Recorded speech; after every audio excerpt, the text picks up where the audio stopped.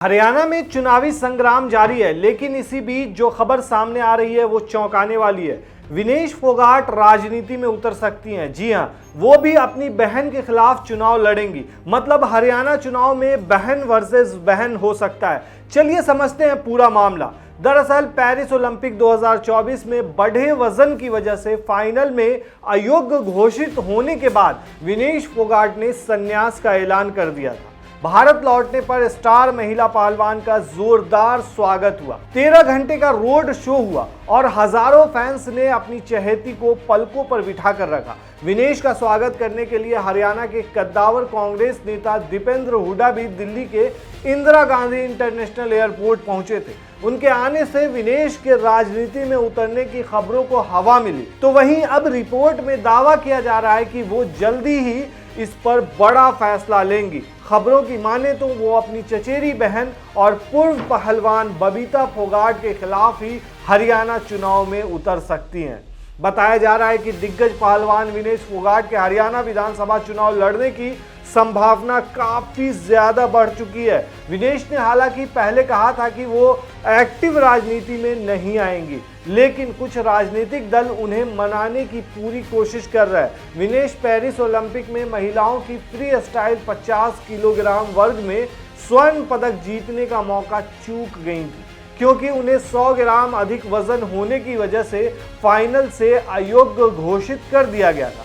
अब जो क्यास लगाया जा रहा है कि हरियाणा में विनेश बनाम बबीता हो जाएगा, तो वहीं बजरंग पुनिया संभालेंगे गुरु योगेश्वर दत्त के खिलाफ मोर्चा, ये भी बताया जा रहा है। दरअसल राष्ट्रीय राजधानी और सोनीपत के उनके गांव बलाली में विनेश फोगाट का जोरदार स्वागत किया गया। इंदिरा गांधी अंतर्राष्ट्रीय हवाई अड्डे पर कांग्रेस सांसद दीपेंद्र हुड्डा और उनके परिवार के दूसरे सदस्यों ने उन्हें माला जब पहनाई तो उस वक्त जो है माहौल दूसरे टाइप का लग रहा था। विनेश हालांकि किस पार्टी में शामिल होने जा रही हैं इसकी पुष्टि अभी नहीं हुई है। 2024 ओलंपिक फाइनलिस्ट पहलवान की भविष्य की योजनाओं के बारे में पूछे जाने पर फोगाट परिवार के करीबी लोगों का कहना है कि हाँ, क्यों नहीं, संभावना है कि हरियाणा विधानसभा में आप विनेश फोगाट बनाम बबीता फोगाट और बजरंग पुनिया वर्सेस योगेश्वर दत्त देख सकते हैं। कुछ राजनीतिक दल उन्हें मनाने की कोशिश कर रहे हैं और ऐसा अगर होता है तो मामला काफी दिलचस्प हो जाएगा।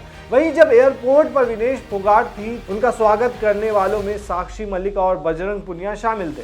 विनेश और साक्षी एक दूसरे को गले लगाकर खूब रोई थी। विनेश ने कहा था कि हमारी लड़ाई खत्म नहीं हुई है और लड़ाई जारी रहेगी और मैं भगवान से प्रार्थना करती हूँ कि सच्चाई की जीत हो। अब ये भी जान लीजिए कि रेसलिंग प्रोटेस्ट के बाद से बजरंग पुनिया रेसलिंग संगठन के खिलाफ काफी आक्रामक रुख इख्तियार किए हुए हैं। वो सरकार को घेरने का कोई मौका नहीं छोड़ते हैं। अगर वो अपने गुरु योगेश्वर दत्त के खिलाफ चुनाव में उतरते हैं तो मुकाबला रोचक देखने को मिलेगा। दोनों ही ओलंपिक मेडल विनर हैं। दूसरी तरफ बजरंग पुनिया बीजेपी नेता बबीता फोगाट के सगे जीजा भी हैं।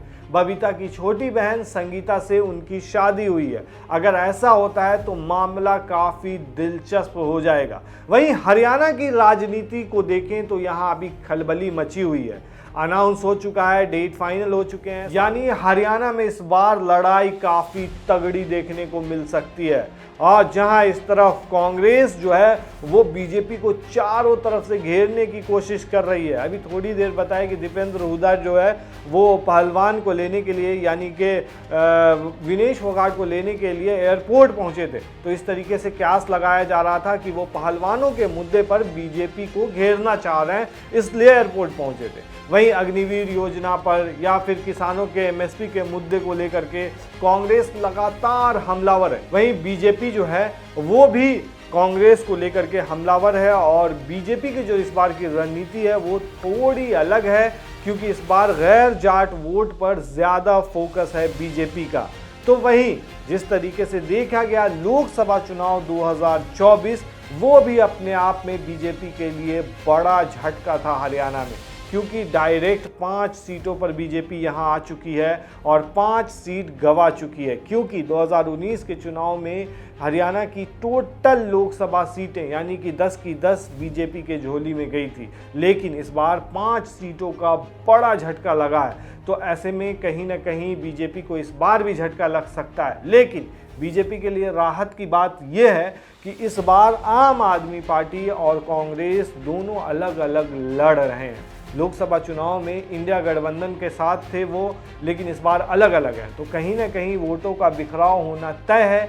ऐसे में बीजेपी हैट्रिक लगा सकती है, हरियाणा में बीजेपी को फायदा हो सकता है। लेकिन कहीं ना कहीं ये भी माना जा रहा है कि इस बार हरियाणा में बीजेपी वर्सेस कांग्रेस है, आप कहीं पे भी नजर नहीं आ रही है। तो हरियाणा में कहीं भी आम आदमी पार्टी हो या फिर जेजेपी एक तरह से इस बार नजर नहीं आ रही है। पिछले बार जिस तरीके से जेजेपी जो थी वो किंग मेकर की भूमिका में थी, लेकिन इस बार उनके साथ विधायक भी छोड़ करके साथ जा चुके हैं, मतलब जाने वाले हो सकते हैं। ऐसा बताया जा रहा है कि वो बागी हो सकते हैं। 10 में से 3 ही बचे हैं, 3 में भी 2 विधायक वो उनके अपने भी परिवार के हैं। तो ऐसे में कहीं ना कहीं जेजेपी जो है वो कम बैक कर पाती है या नहीं कर पाती है इस चुनाव में, ये अपने आप में बड़ा सवाल है। और कहीं ना कहीं टोटल चीज़ों को, राजनीतिक उथल पुथल को देखते हुए माना जा रहा है कि इस बार कांग्रेस की यहाँ लहर आ सकती है और कांग्रेस जीत भी दर्ज कर सकती है। आपको क्या लगता है दोस्तों इस मामले पर, हमें कमेंट में ज़रूर बताएं।